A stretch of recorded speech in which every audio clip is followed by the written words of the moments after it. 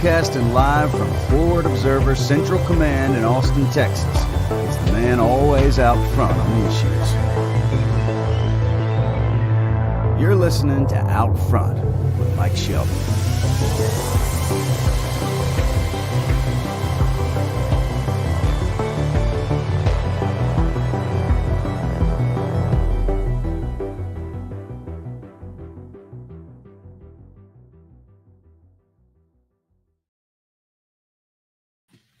All right, hello and good afternoon, everyone. We are up on YouTube, up over on Twitter as well. Thanks for being here. Again, good afternoon. Welcome back to another edition of Out Front. It's been a while. It's been like 2.5 years since I've done this. I'm your host, Mike Shelby. By the way, a few people have been asking about where all these videos went from Forward Observer, and I have not been posting as many videos here on YouTube, partly because we're over on a new channel called the Early Warning Network. You can check us out right here on YouTube or on X/Twitter under the name Early Warning Network, or visit our website at earlywarningnetwork.com. All right, now picture this. It is Christmas Day. It's December 25th, 2024, and legal challenges over the November presidential election have dragged on for nearly 2 months. We do not know who the president is. And there's an emergency ruling that is handed down on Christmas Day. And the Supreme Court declares Donald J. Trump president-elect, in a 5-4 split decision. The media calls it the Christmas Day Massacre. And the Washington Post runs in the headlines the next day in the newspaper. Democracy, rest in peace. And everything we witnessed during the 2020 Summer of Love comes roaring back, but only worse this time because this election was stolen, is what they say.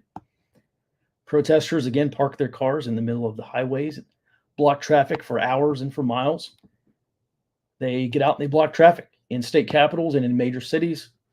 Rioters are out fighting with cops. They're lighting cars on fire, laying siege to federal buildings again. Far-left militants are slashing the tires of vehicles with Trump bumper stickers. They're vandalizing the homes with Trump signs in the middle of the night.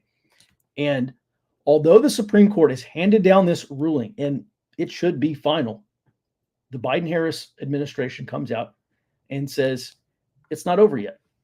We are not going to allow our democracy to die today. That's what they say. And Biden welcomes the Harris transition team into the White House because he says the Supreme Court's ruling is illegitimate. FEMA declares a national state of emergency due to the protests and the rioting, and by now the armed political violence. This is an extreme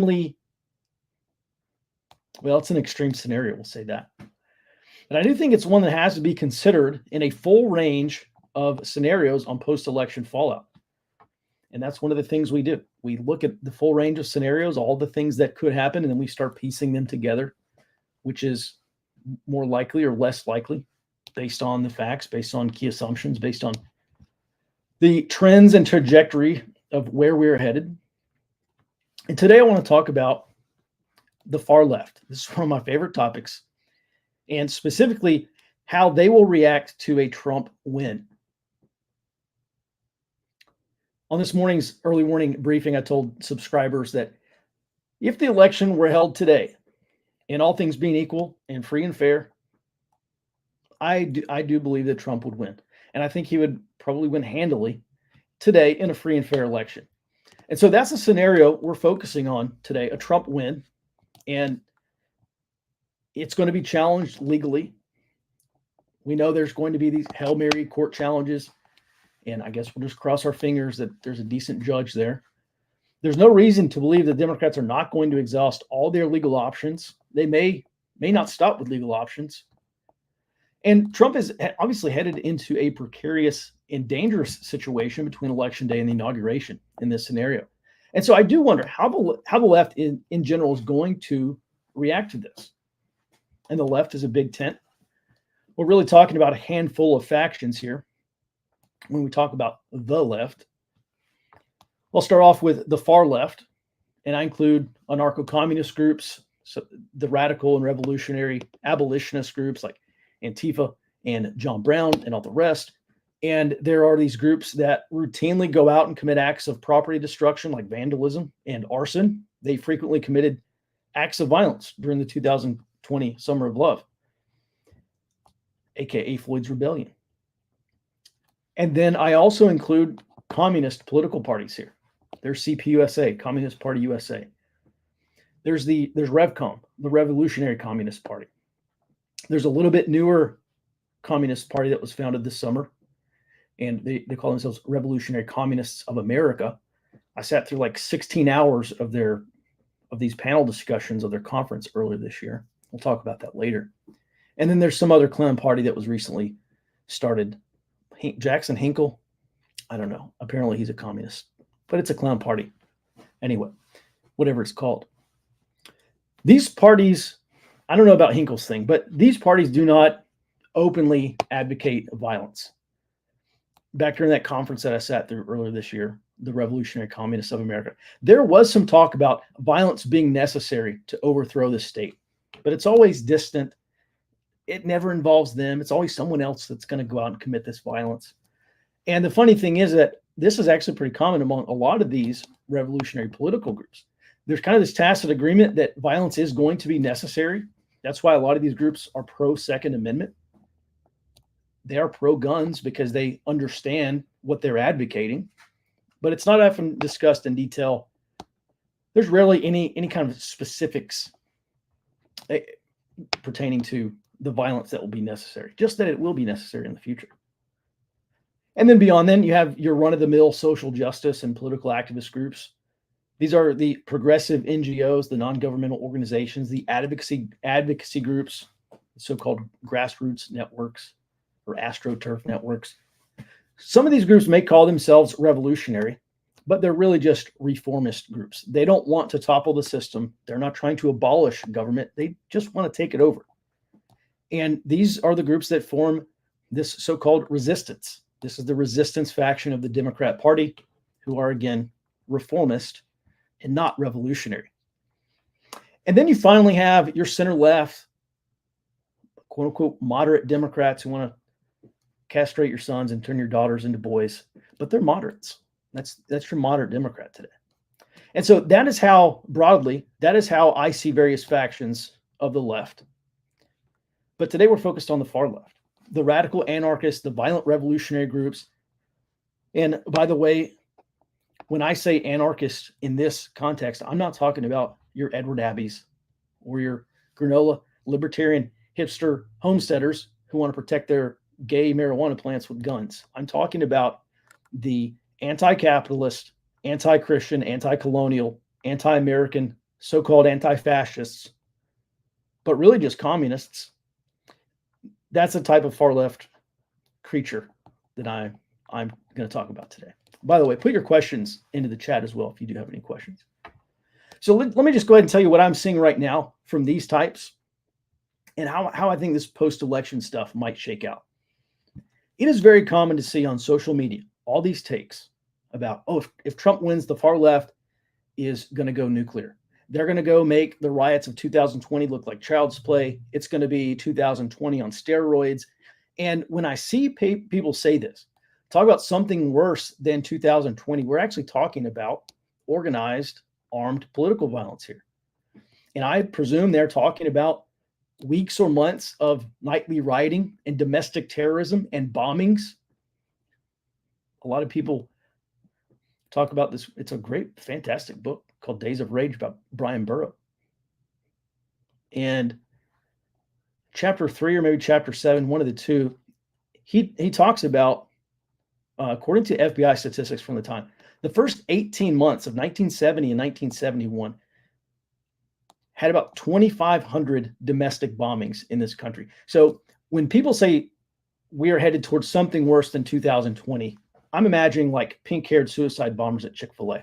Okay, we're talking about like real domestic terrorism here, an actual insurgency, not just the pink hat mass protest, smashing Starbucks windows type of stuff. And since we're talking about these events in the future, they can obviously be difficult to predict. Yogi Berra famously said it's tough to make predictions, especially about the future. And I think we're in a case where there's no right answer, but there are some wrong answers. And I'm going to go out on a limb here. What I'm about to tell you is counterintuitive, I think, to a lot of people. It runs counter to widespread expectations. It's definitely not a popular take right now. Maybe it's a little bit heretical, but I do believe it's true. And so the risk for me is that I tell you all this stuff about the current trends, and then in a few weeks, these current trends reverse, and people look back on this and say that I was wrong. So let me tell you, this is a snapshot in time. If we stay on this trajectory, this is what's likely going to happen in 2025. But I will preface this by saying the future is unpredictable and lots of unexpected things can happen. And so I will just again preface this by saying it's what I see right now. And what I'm seeing right now is that none of these far left groups from 2020 are gearing up. None of these groups are recruiting or organizing or making plans to go out and mobilize after the election. They're not doing that right now. You would expect them to do that at this point in time, this close to the election. And they're not even planning right now for a return to the era of 2015, 16, 17 style violence, 18, 19 style violence, where we saw routine street violence against conservatives and right-wing groups. There is nothing of that kind of stuff being planned for right now. Most of those accounts from 2018 and 19 and 20 and into 2021 are dormant. You check the social media accounts. They haven't posted in years, not since late 2020 or 2021. You would expect that if these groups are gearing up to go ham, and again, maybe they will make that pivot after the election, closer to the inauguration. I don't know. That's a possibility. I'm just telling you, they're not doing that right now. They're very quiet. And a lot of the things that I'm seeing on far left social media, and they've since moved off of Facebook and Twitter, and so you've got to go track all these new accounts down on these alternative social media platforms. A lot of what I'm seeing there is actually pretty benign. It's like pretty standard bitching and moaning and complaining about a lack of direct action. Oh, there hasn't been a revolutionary rupture. We haven't reached this tipping point for an anarchist revolution or a communist revolution. Now, there have been some sporadic arsons and cases of vandalism associated with groups like this. I'm specifically referring here to Stop Cop City. They, by the way, have a national day of action coming up on Tuesday. That's coming up on next Tuesday, the 22nd of October. I don't see right now that is going to amount to anything more than what we have seen or anything more than previous attempts, which I think is a really good barometer. If they were gaining traction, if they were growing, if they were being preparing to go nuclear, you would expect this is kind of like batting practice right now. It's not. They're barely even swinging. Beyond that, virtually every single day of action associated with these groups this year, since mid-2021, they've been very, very quiet. They have this, it's pretty much a yearly event. It's called Fuck the Fourth, F the Fourth. And they try to plan this for 4th of July, Independence Day. It is their middle finger to the Founding Fathers and to our mythos as Americans. Canceled this year. In Seattle, Washington, they canceled Fuck the Fourth because no one was going to show up. So that is the state of the far left today. Save one exception. There is one notable exception here. The most active groups today, and there definitely is some overlap with the Antifas of 2020, but the most active groups today are the pro-Palestine and Palestine liberation groups. Even they are struggling. There's this kind of infamous saying in the Army, and that is the Army is always planning for the last war. They're planning to have the same kind of fight, the same kind of war that we had in the last war. Therefore, they're not preparing for the changes that we see in the next war. And I think most people on the right are in that kind of situation right now. They are expecting or they are preparing for another 2020, and they're going to get a 2025. We're not going to get another 2020. I don't think so. And so I look at some of the reasons why these traditional Antifa groups are no longer active, why the Palestinian groups, even they're not effective. Even they're talking about having to escalate, which is one course of action I'll talk about at the end. Even they're talking about the need to escalate. They've been saying, the protests aren't working. The occupations haven't worked. The occupations have been cleared. People back in school, they've gone home.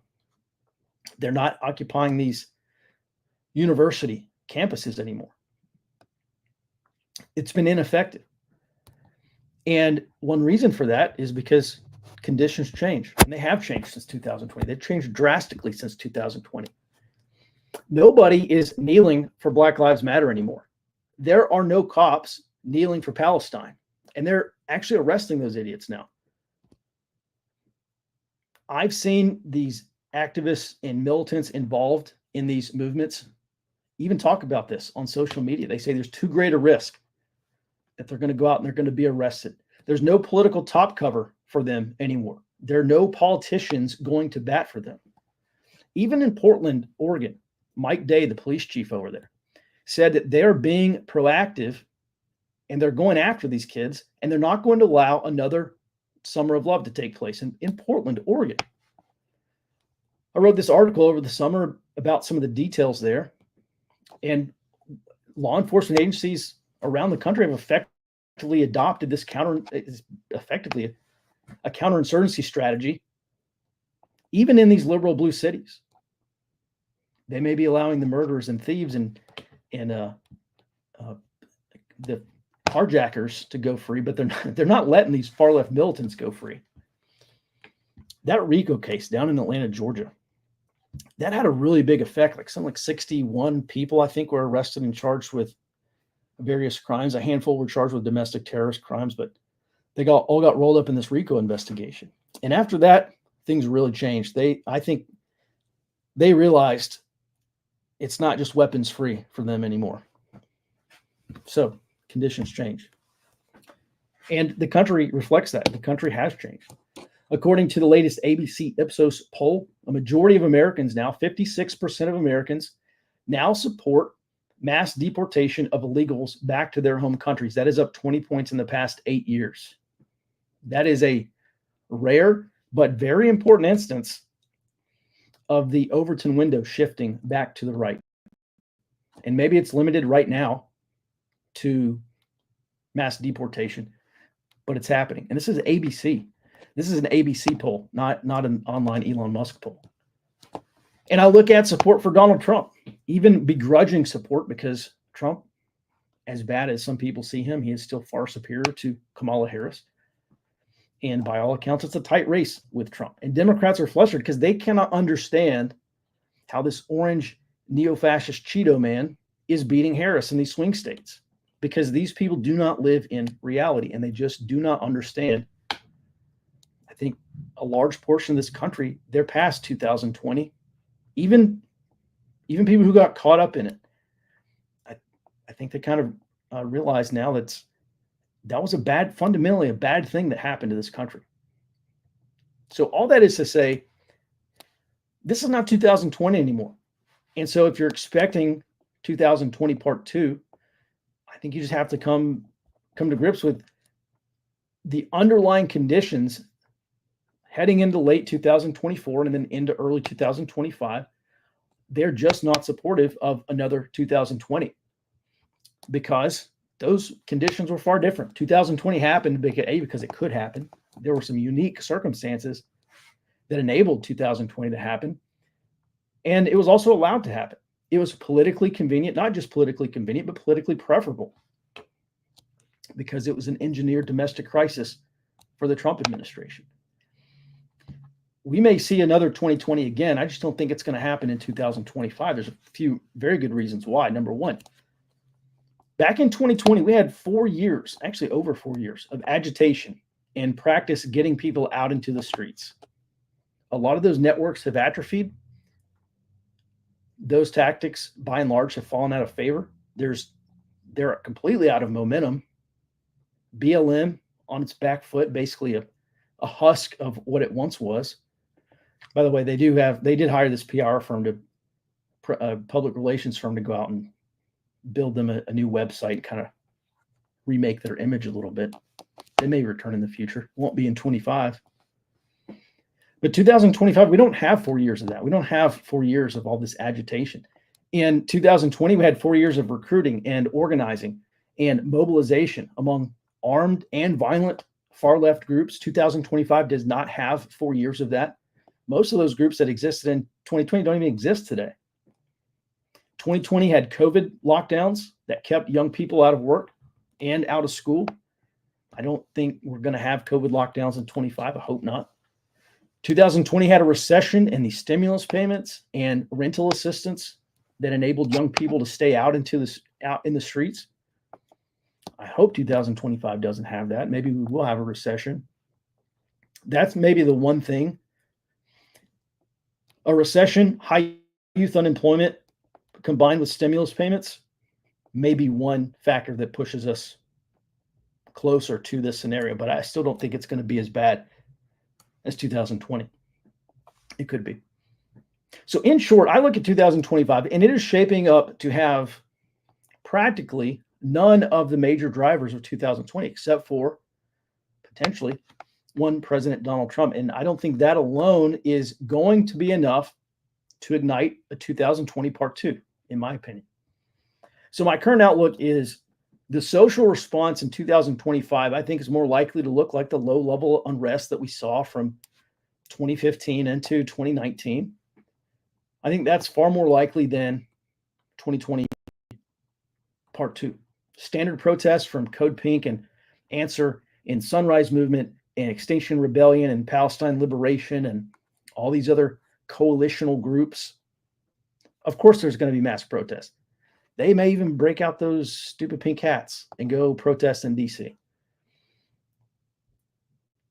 I think that is the most likely scenario. But there are a few key indicators here that would invalidate that outlook. As of right now, I can tell you, I'm not seeing them. I do this professionally, by the way. I stake my reputation on calling things how I see them, but also having tracked the far left since 2016. I can just tell you, I don't expect this to happen. Now, maybe things change. Maybe the financiers and the facilitators of 2020 reverse and they press the little red button and money starts filling back into the tanks of these groups and the media jumps on this bandwagon and there's some other, maybe it's around class. I doubt it's going to be around race. Something like 13 or 16% of Americans say they sympathize with the plight of the Palestinians. I don't think we're going to have a 2020 around Palestine. I don't think we're going to have a 2020 around race, not around the movement for Black Lives or Black Lives Matter. I don't think it's going to be around Black people this year or next year. It may be around class. Maybe if this recession gets bad enough, maybe they push the anti-capitalist, pro-socialist thing, and maybe that's how these riots start to pop up. It's tough to say. It's a long time from now. There's a lot of potentially bad things that can happen. If we're looking at the playbook that we saw from 16 to 20, that took 4 years to develop. A revolution or a popular revolution or something like that is very difficult to cold start without some prolonged period of agitation and accelerators, which, by the way, are now absent. There's not enough pressure in the system,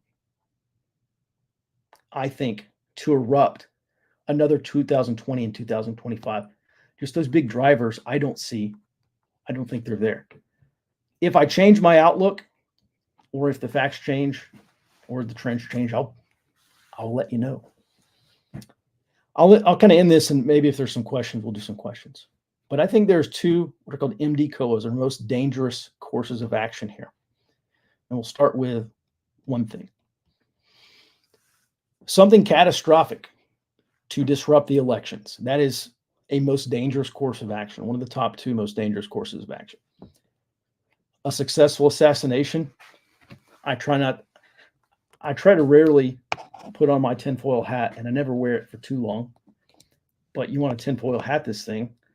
Some Iranian-backed plot actually succeeds in an assassination. Maybe that was what happened back in July.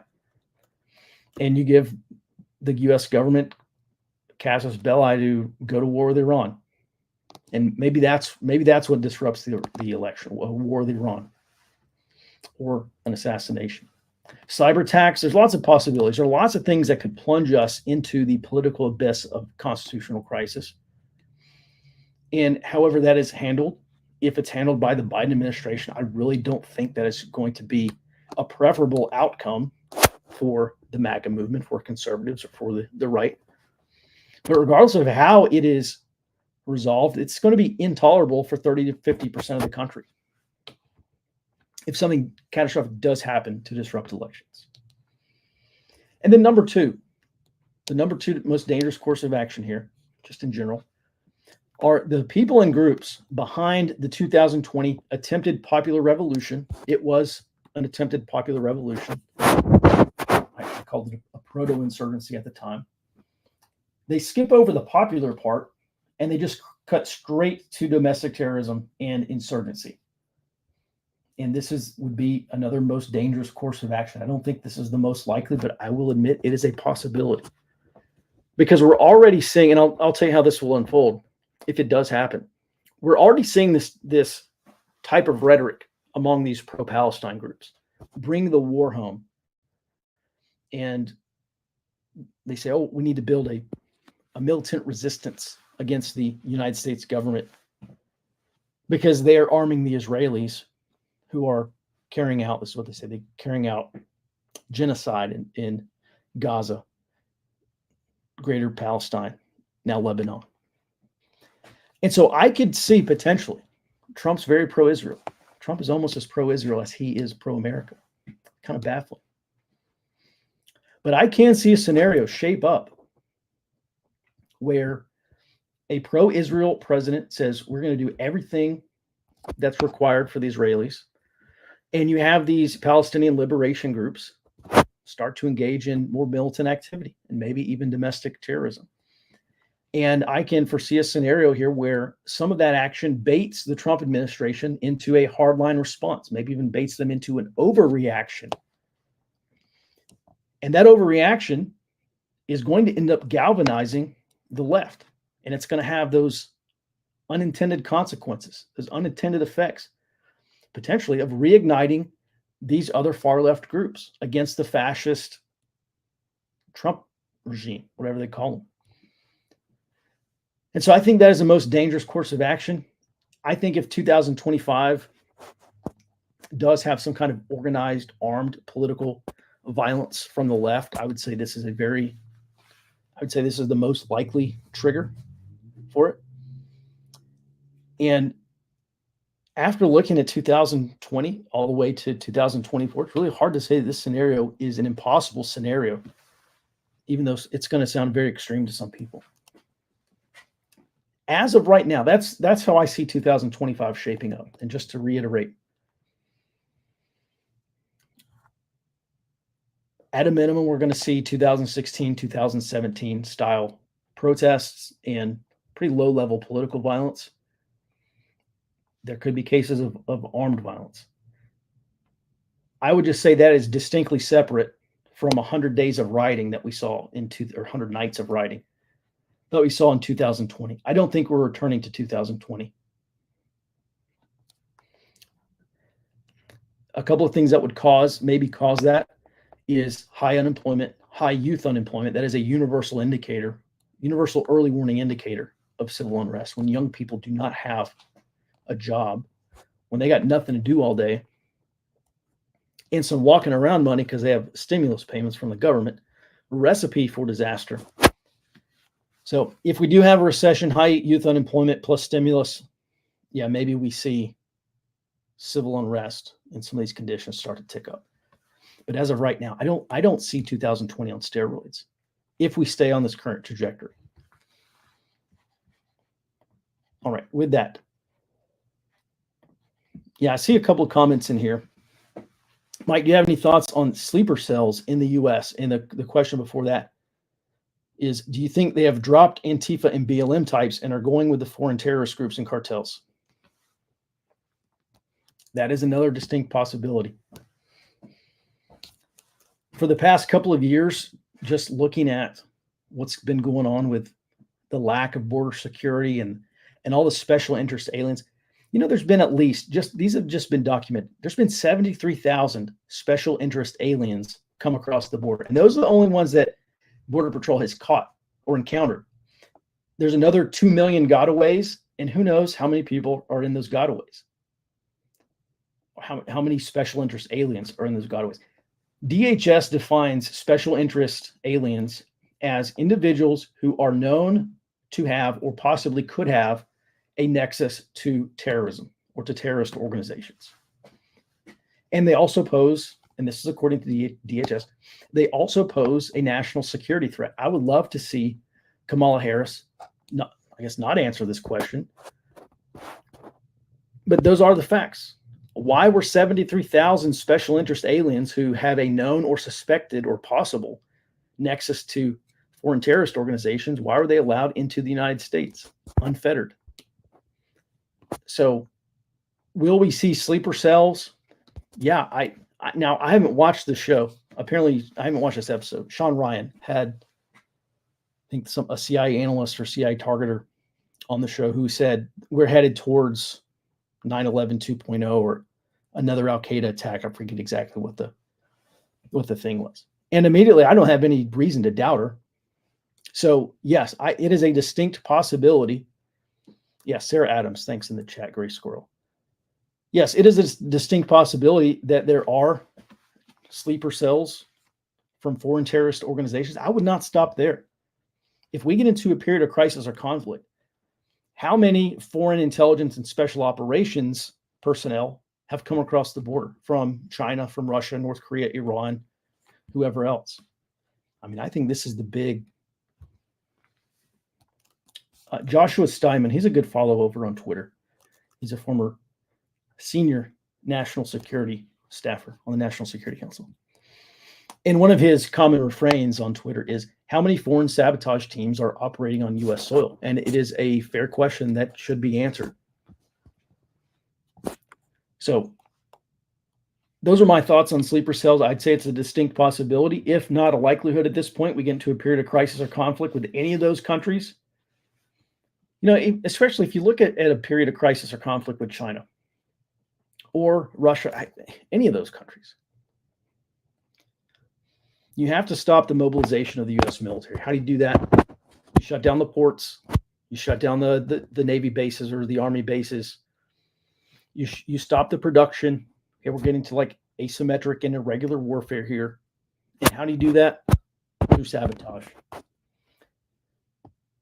And we're not even talking about clipping the power grid or anything other they could potentially do physically or through cyber. So those are my thoughts. Great question. It is the next 4 years. And I think we're going to war with China by the end of the decade. So it is going to be a precarious next several years. Eric says, I doubt we see anything crazy. You may be right. I tend to say we won't see anything we haven't already seen before in terms of far left activity.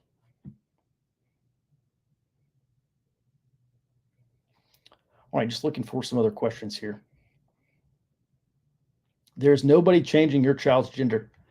Yeah, I know there's no one changing my child's gender. Sally Sweet. How the F dumb does one have to be? Balance your news, folks. I see people all the time on these news clippings where these school counselors or teachers or other people are helping their adolescent child to transition without the parents' knowledge. It is happening. What is it now? Something like 3% of American youths under 18 or something like that are now transgender. That's being pushed. That is not just, it's 2020 or it's 2024 and all of a sudden, yep, right around the time a kid hits 5 years old, wants to chop his thing off and go be a girl. That doesn't happen. That is something that's being pushed here.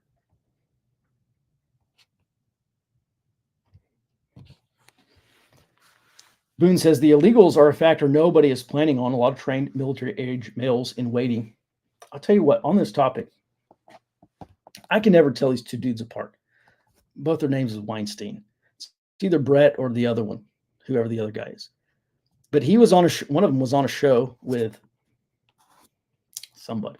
I don't even remember what podcast this was. Maybe it was Tucker Carlson. I think it was probably Tucker Carlson. And he said, you have to forgive yourself for believing possibilities that were crazy 20 years ago.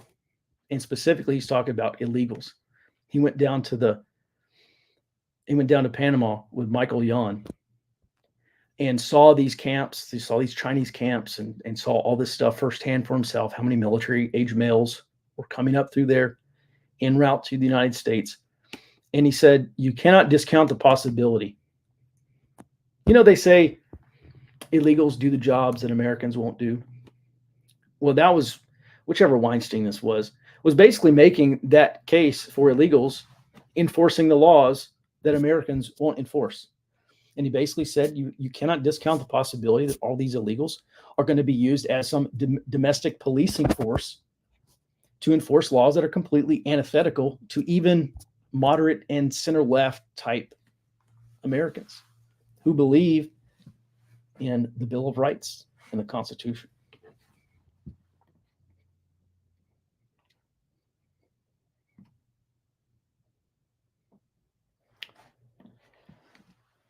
I don't even know what this question is, but I hope it's a good one. What non-violent protests or shows of solidarity do you think the right can productively engage in that will inspire people to inspire people versus turn people away, like arson, freeway blocking, restaurant mobbing, etc.? Well, I think symbology is a good one. There's a reason why our symbols are being attacked, and we have to reclaim those symbols because I don't know what the philosophy is behind this. I just know symbols carry great meaning. They can inspire. They can emote certain feelings. They can get people active, and we rally around our symbols like the American flag and appeal to heaven and don't tread on me and all these other. So I think number one is taking back the symbols.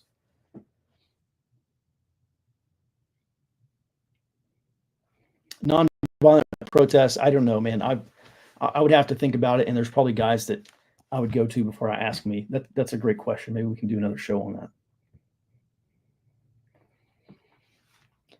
Maybe they expect to win. Yeah, I've considered that too. Maybe the far left, maybe they are not mobilizing because they do not expect Trump to win. And maybe that's why.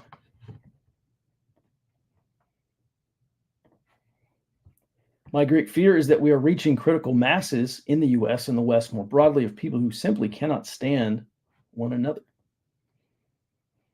That's something that Ray Dalio talks about. Back, I think it was probably around 2016, I started following Ray Dalio because he was at Davos and he started talking about a potential domestic conflict in the United States. And he said the conflict broadly is boiling down between capitalism and socialism.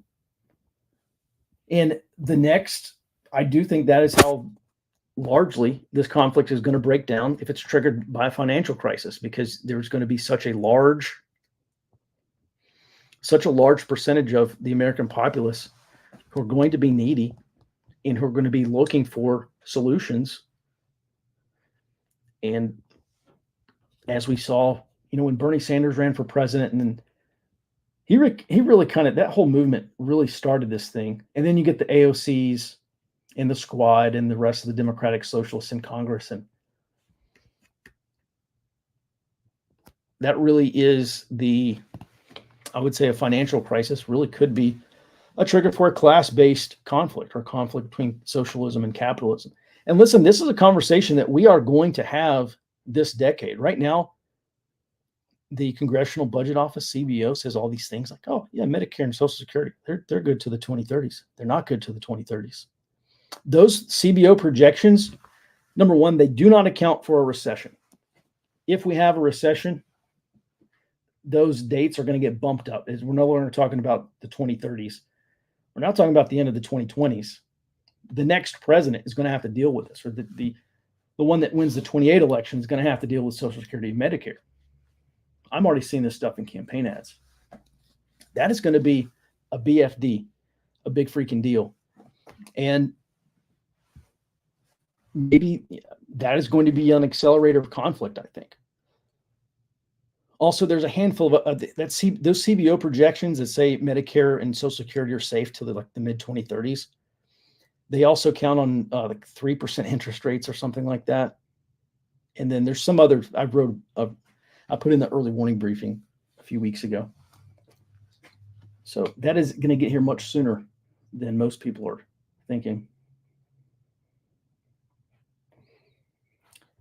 Yeah, when he was asked about the cause of the Spanish Civil War, Ramon Serrano Thuner gave a simple, but I think surprisingly deep answer. The Spanish people simply couldn't stand one another. And I'm using a lisp because it's España.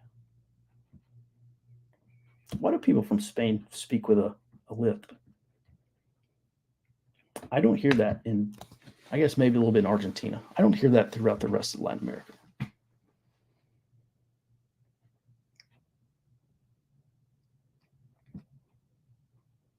All right. Yeah, MAGA's just bad. Yeah, we know. All right. I think we are maybe out of questions. All right. Yeah, and then there's this DoD directive. We still need to look at that. I need to get. I've heard competing hypotheses on why this Defense Department directive is. I haven't seen it. I've not looked into this yet.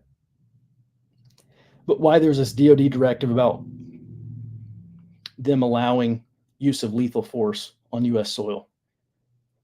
One of our teammates is a Marine Corps veteran. I think he was telling me the other day, just briefly, that he thinks that actually isn't new. That they've kind of always been able to do that. It's just, again, I don't know for a fact.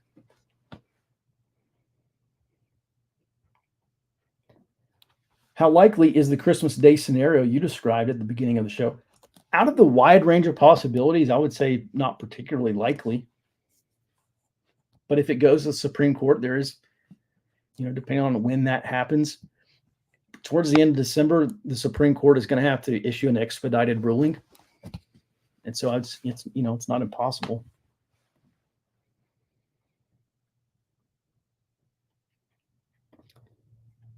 Since the left, as well as state and non-state actors who entered through the southern border, do not want another Trump presidency, what do you think of the possibility of these groups colluding?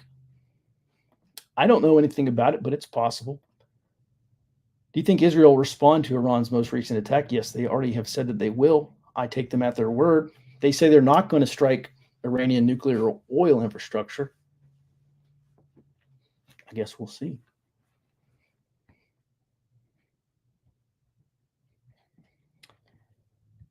All right. Well, everyone, hey, thanks so much for being here. And I really appreciate y'all coming out for this. Maybe we'll try to do these more often. We do a live stream every morning over on the Early Warning Network. You can check us out at www.earlywarningnetwork.com. That's our team's daily intelligence brief. There are some things that I would rather talk about on this channel than on the other channel. So stay right here as well. And maybe we can do some future OUTFRONT with Mike Shelby live streams. I used to do them twice a week. Maybe we'll bring them back. All right, everyone, listen, you can go sign up for a 7-day free trial. Check us out, earlywarningnetwork.com. And we do talk about some of this stuff on the show. We produce a daily intelligence briefing on everything from national security, agriculture, food supply, energy, talk about power shortages.